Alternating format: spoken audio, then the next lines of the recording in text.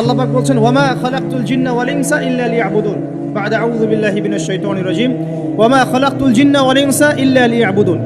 আল্লাহ পাক আপনাকে আমাকে প্রথম যে দায়িত্ব দিচ্ছেন সেটা হচ্ছে এই, আমি মুসলিম আমি নারী হই, পুরুষ হই, যুবক হই, যুবতী হই, যেই হই না কেন, আল্লাহ পাক আমাকে বলছেন ওয়ামা খালাকতুল জিন্না ওয়াল ইনসা ইল্লা লিয়াবুদুন।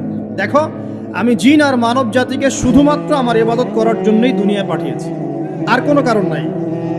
এই যে আল্লাহ পাক বলছেন ওয়ামা খালাকতুল জিন্না ওয়াল ইনসা ইল্লা লিয়াবুদুন বা'দা আউযু বিল্লাহি মিনাশ শাইতানির রাজিম ওয়ামা খালাকতুল জিন্না ওয়াল ইনসা ইল্লা লিয়াবুদুন।